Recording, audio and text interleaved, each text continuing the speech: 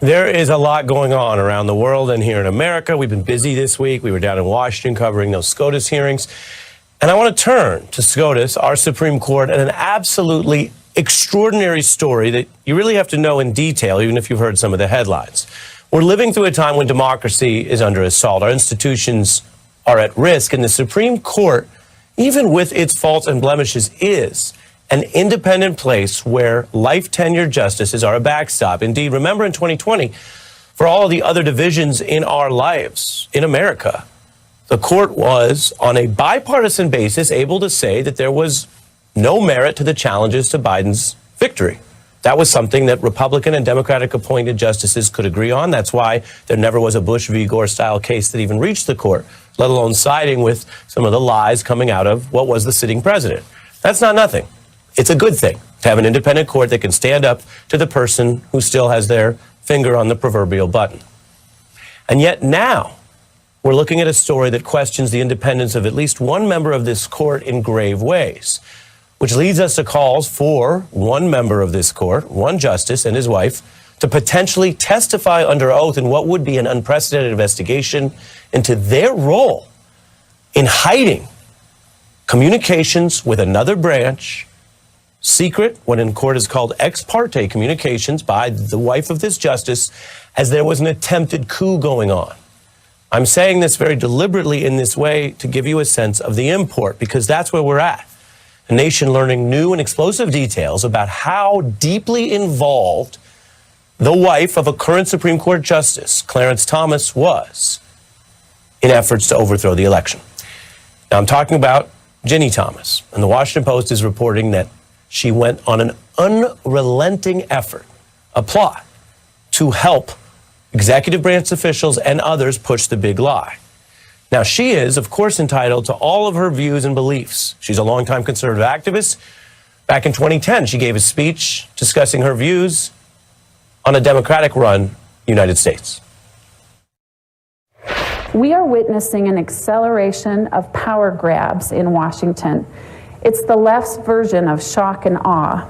If our rights are loaned to the government and ruled by an elite in Washington that thinks they know better, we are living in a diminished state of liberty right now, and freedom has never been this fragile.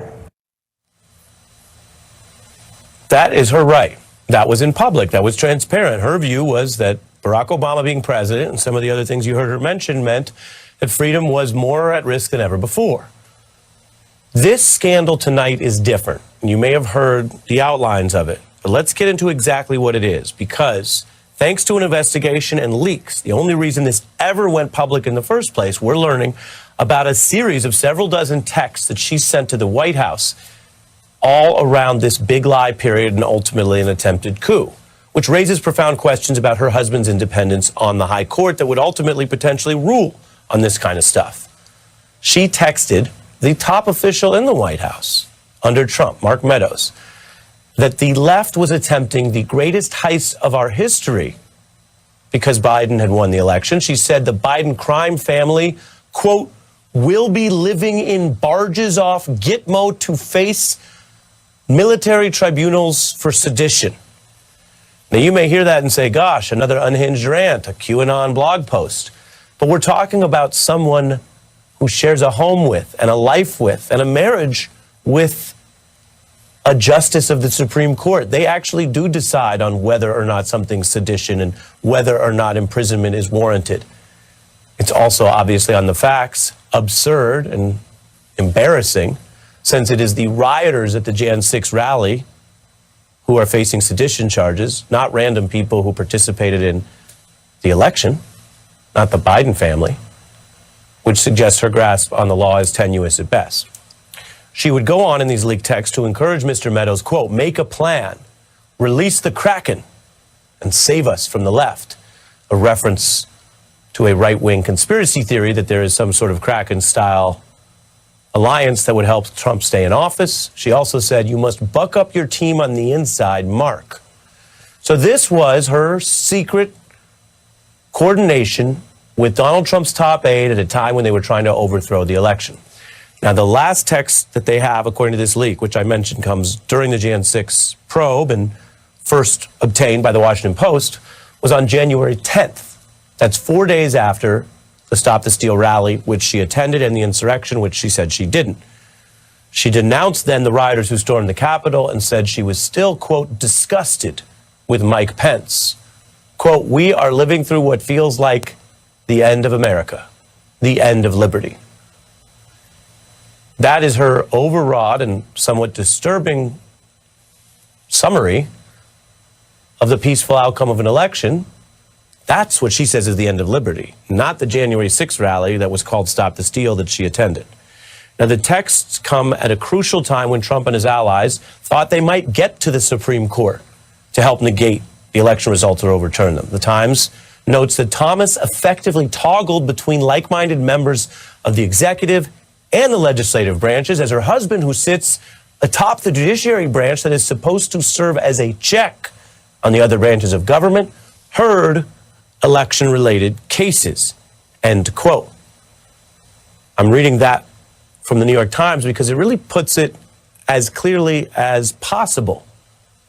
You're looking at a plot to also override the independence that the Supreme Court has in these kind of cases.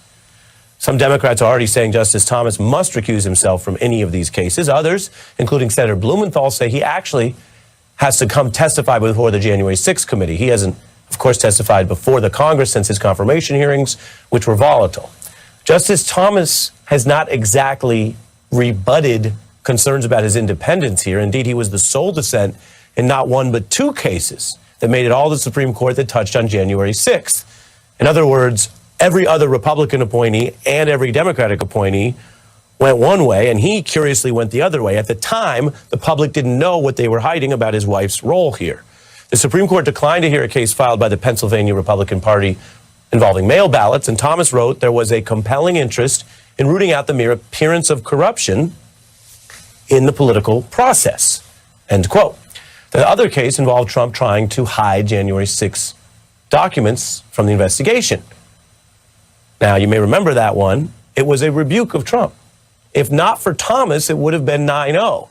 8-1 is still incredibly strong. It tells you, and I will just simplify here and say as a lawyer, it tells you that there aren't a lot of real issues of law, that it's not a close call when 8 people on the court who sometimes disagree on matters of civil rights and democracy and voting all come together and say, no, you got to turn this stuff over. We're not having a secret kind of conspiracy continue where Congress can't investigate a violent attack on the floor of Congress.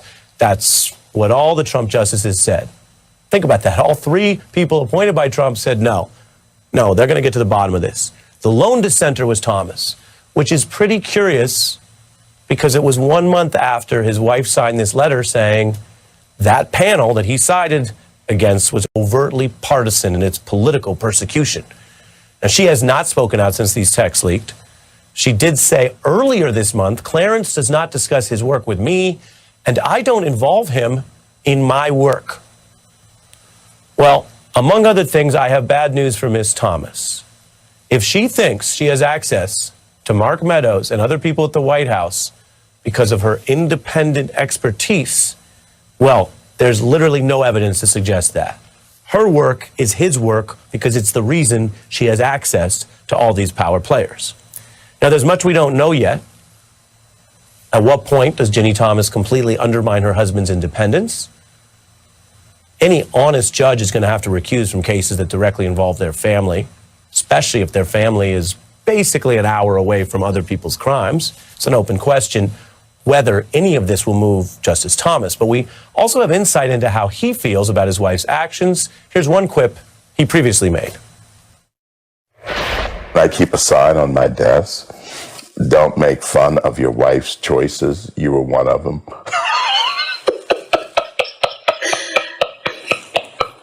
Thank you. I really appreciate that.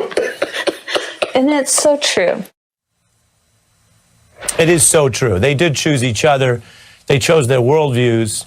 And we have to choose whether we want to believe that these people who are apparently so passionate about these issues, including being the only dissent in the case at the court or being the only Supreme Court family member we know about who was at the Stop the Steal rally, We have to choose whether we believe that they never talk about any of this stuff. This is a big one. It's an important story. All of the leaks and texts are new, and we have some very special guests to get into it, including Barbara Boxer and former prosecutor Renato Mariotti when we're back in 1 minute. I think we should be careful destroying our institutions because they don't give us what we want when we want it. I think we should be really, really careful. Justice Clarence Thomas recently, a few months ago, talking about institutions and not destroying them, but he may have been speaking more protectively about his own Supreme Court than all the institutions that matter in a democracy. The dire threat to the court's credibility comes right now from inside the House, as it were. We just walked through some of the big issues in these new text leaks from the Washington Post, and I'm joined now for analysis by former Democratic Senator from California, Barbara Boxer. Welcome back. Thank you so much. Thank you. Absolutely. Senator, this is a big one. When you saw these texts, what she says, what she was secretly asking the then outgoing White House to do, what was your reaction? Well, I looked at it from the lens of someone who served on the Bipartisan Ethics Committee in the Senate for many, many years. I was chair or co-chair for all those years. And I would say this. I thought if Clarence Thomas had been a senator and his wife was texting the president's chief of staff about overturning democracy, Clarence Thomas, if he were a senator, would have been thrown out of the Senate if he knew about it and did not recuse himself from the issue. Researched is that the Supreme Court's the only court that doesn't have an ethics code. So I thought Chief Justice Roberts should immediately ask each justice to abide by the code of ethics that applies to all other judges in the country. And the last point, and I think a very important point, is this, and this is the most controversial point. Yeah, we're getting a little, I'm only jumping in to say, I'll give you a sec. We're getting a little bit of interference if you want to move the mic or whatnot, and then you keep going. Okay. Even though in our history, only one Supreme Court justice has been impeached, and that was in 1804. I still think it would be good for someone to introduce articles of impeachment to lay out this abuse of power for everyone to see. Wow. Yeah. So two things here.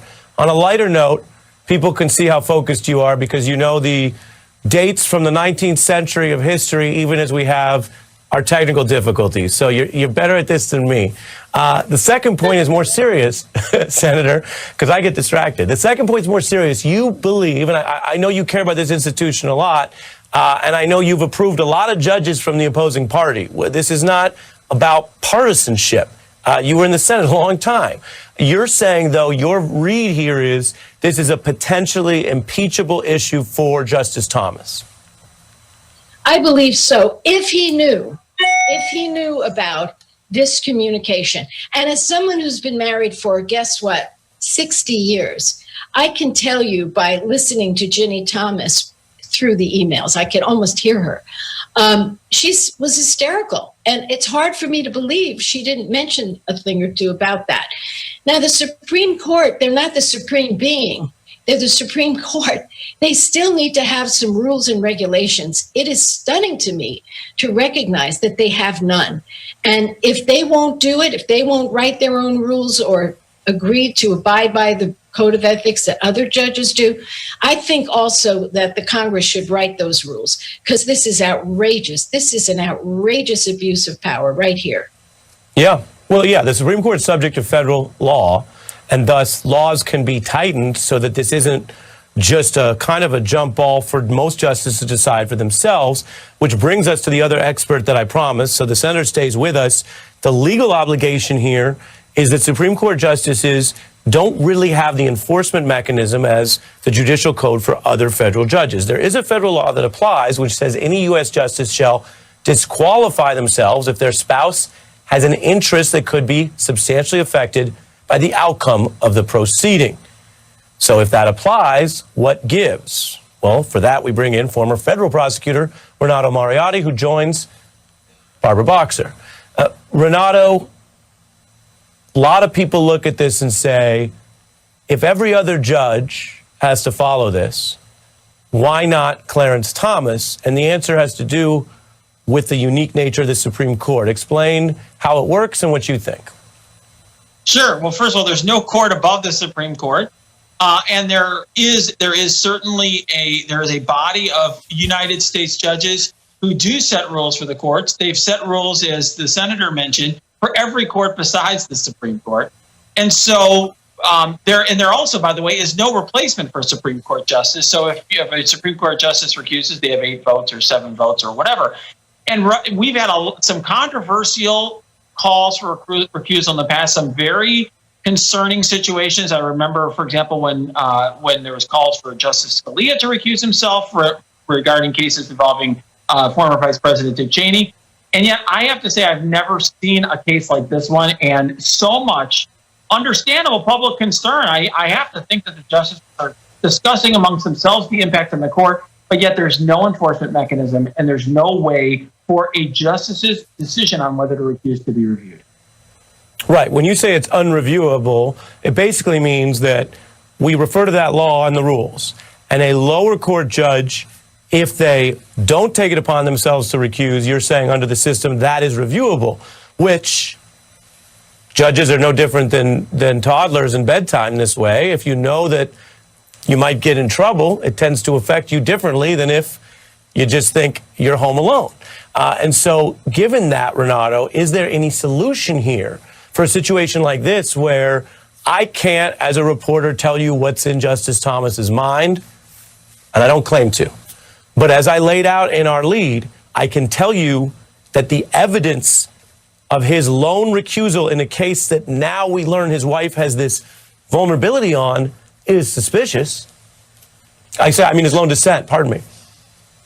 Yeah, so the United States Congress could pass a law that requires the United States Supreme Court to adopt an ethics code and a system by which those decisions would be reviewable. I mean, that is one obvious way of handling the situation. Another one, as the senator suggested, would be for Congress to investigate the matter. And if it finds sufficient evidence, they could either threaten or bring an impeachment proceeding. Obviously, as we all know from the Trump impeachments, 2/3 of the Senate is a very difficult bar to meet and to obtain. But nonetheless, frankly, the mere discussion of that, I would think, would get the justices thinking about whether or not the court's integrity has been jeopardized in the public's mind. Yeah, and then I have a question for both of you, starting with Renato, that is evidentiary in nature. The Thomas's line thus far for years has been she has political rights and free speech rights. True. She can go do what she wants, and that's legal in life. True. That they never discuss any of it. We don't know if that's true. And then it doesn't affect his governing, his job, his rulings. We don't know if that's true. And then there's one more point here. When she goes to the January 6th Stop the Steal rally, Renato, they don't have to discuss it. I mean, they live together. She goes to the rally where the president is. There's security implications. It turns into violence and insurrection. She leaves in advance. It's in the paper. We know about it. At what point does it not matter whether they discuss it? If he knows she was at the Stop the Steal rally, he knows it turned into an insurrection, he knows Congress is investigating it, and oops, he knows whether they discuss it or not. That investigation, if it goes well and gets things from the White House, like, I don't know, Mark Meadows' text chain, it's going to implicate his wife, his family, himself. I'm not trying to build a case here. I got out of that line of work. I'm just asking you the question, Renato, and then Barbara. Well, first of all, I do think you're right to question and to raise the issue of whether or not you know whether your wife was at the Stop the Steal rally in D.C. Certainly, I would know if my wife had attended. I will say, though, separate and apart from that, the fact that we're on national television talking about it creates the issue irrespective of what happened. The bottom line is that the public's confidence in the court has been called into question, and the mere appearance of an issue should be of a concern to Justice Thomas. And so I do think this warrants a response from the court, and it'll be interesting to see if there is one that's forthcoming. Senator? Yes, I think Justice Thomas is very aware of the legacy of the court. And that's why one of the first things I said is he should just go to the justices and say, even though you don't have to, make a statement that you're going to abide by these rules that all other judges have to, and then create perhaps a little subcommittee of the court to write the final rules. But I think, Ari, you made a very important point when you said the only reason Mark Meadows is writing back to Mrs. Thomas, it is pretty obvious, is because of the powerful position her husband holds. So just that alone, this thing this cannot be swept under the rug. This is just heart-stopping stuff. And right away, we know that the court is down to like 50% approval before this. And I know that the Chief Justice in particular really cares about it. So I'd love to see some voluntary action right now by the court if they really care about their legacy. Yeah, it's really important. And I'll just make one last point under, moderator's privilege. We're not even talking about cases that hang by one vote. This really isn't, for those who are concerned right now, at least based on what we know about changing outcomes. On some of these issues, as noted, Justice Thomas, it's such an outlier that you have 5 votes to hand over the evidence, plus another justice, plus another Trump justice. So anyone who looks at this cynically and says, oh, is this about the outcome? It's actually not. This is one of those stories that's concerning for the reasons the guest laid out. It's about the credibility of the court and as an institution, not about getting some different outcome in the short run. And for Justice Thomas to continue to try and rule on these things in violation or potentially apparent violation of the standard really calls into question the court. Important stuff. I think we'll keep talking about it. We'll probably hear from our 2 esteemed colleagues again, Renato and Barbara. Thanks to both of you. A Washington analyst and friend of the beat. Welcome back. Hey, Ari, it's been a long week. Long week. There's a lot of wild stuff. I want to start with something very serious, given our time, and I know you to be a serious analyst here. Are babies racist? Just kidding. That's not where we're going to start. I was going to say, Ted Cruz did it for the clips, and he got his clips. Probably not the clips he was trying to get across the TV and late night. That's not the real question. The real question is, who is this for politically when it gets fact-checked in such real time today? And by contrast, in a pre-internet era, maybe you trot out stuff about sentencing, and it actually takes a long time to figure it out. Here, on the days of the hearing, and we were down there covering them, people had online, and people were learning that Josh Hawley supported judges with similar records. And so that makes it clear the record wasn't really the issue when it comes, for example, to sentencing. The record was never the issue. And to your first question, who this was for, it was for Trump's core base of QAnon supporters. It's for insurrectionists who buy into conspiracy theories, who love to see Josh Hawley with his fist raised on January 6th. It's for the same people who buy that mug he's selling online. It's for the people who believe it already, Ari. They did this to test midterm messaging that would turn out their base. It was racist. It was transphobic. It was harmful. It was all of the things that the GOP peddles in. And so they were living up to the expectation. Now, what was striking was that some of their own Republican colleagues called them out for it. We had Ben Sass and others criticizing them for this harmful line of attacks, which Senator Durbin even said, sadly, these hearings have become a testing ground for lies and conspiracy theories from Republicans. But above it all, well, let me jump Judge in. Ketanji Brown Jackson kept her cool. Let me jump in on that point you raised, because Senator Sass is a conservative, but he's not QAnon. He's not over there. And he may reflect what moderates and Republicans are seeing in Judge Jackson, because I know it's easy to get lost in the vapors, but we've got the approval ratings here I want to show. It's not a popularity contest, but it is an interesting objective measurement here that compared to recent nominees, you see Kavanaugh and Gorsuch down in the 40s. Roberts, a Republican, but did very well. Ginsburg above 50%. But Jackson right now, across America, a lot of coverage. People have learned a bit about her. She is, in our polarized time, more supported than other recent Trump nominees and on par with Roberts, who styled himself as an umpire famously in those hearings. What does that tell you? Is there a note of optimism here amidst all that other nonsense? Absolutely. She's the second most popular Supreme Court nominee in recent memory. That means Americans want her. It's the same energy when Biden announced that he would be nominating a Black woman on the debate stage in South Carolina in February 2020.